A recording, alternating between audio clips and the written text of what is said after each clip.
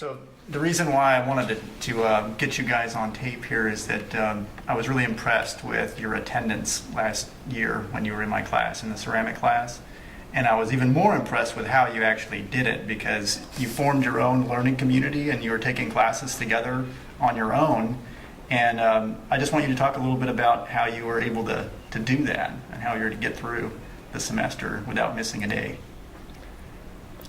Well, we just we went to high school together, all four of us did, and then we just decided why don't we get the same classes and work together, if we ever missed a day or anything, when we would catch each other up, and we just we would make sure that we were there. In the morning we would text each other and be like, hey, are you coming today? And they're like, yeah. So we would meet up, and then we'd walk together to class and meet each other and work together. And I think that helped a lot because we had people that we knew, and we were able to at least have somebody to talk to in the class.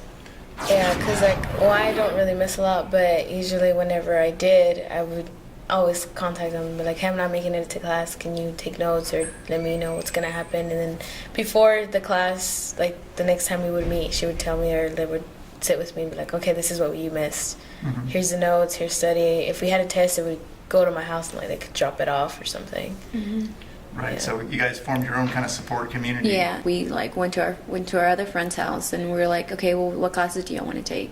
And we're like, well, I want to take this class. And then we picked the time, we picked the teacher, and we all got it at the same time. Yeah, that she has friends, same people in two classes, be like, sit there with them, make friends with them, be like, hey, how about we exchange a number, see if I miss a class, you can, I'll help you out, you help me out. I recognized her, and I was like, hey, we got the same class, and she's like, yeah. So we just we got each other's numbers, and we're just communicating with each other, and just in case, she missed last week too. And I was telling her, we just take notes, and here's my note. I gave her a copy of my notes where she can have them, and we keep each other on track. In math class, if I didn't get something, she would say oh, this is how you do this, is how I know how to do it, and we would teach each other that, or find a different way to help understand. And I think that helped a lot. Yeah.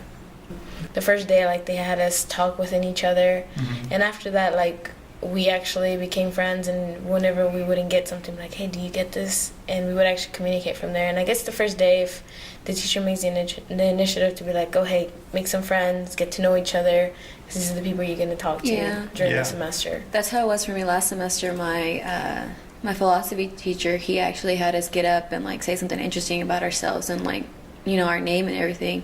Even though you weren't memorable, it made you come out a little bit, and the class would talk. But I think some teachers too, they don't let them the first day, they don't let kids introduce themselves, and I think that kind of I guess you kind of have the feel of the class oh, I don't really want to talk in here because nobody else does. So in a way, those relationships that you're forming in the class are almost equally as important in the beginning, especially as the content of the course in some ways, because it keeps people engaged. Yeah. Try to make friends the first day. Yeah. Make friends and do the work. Don't miss.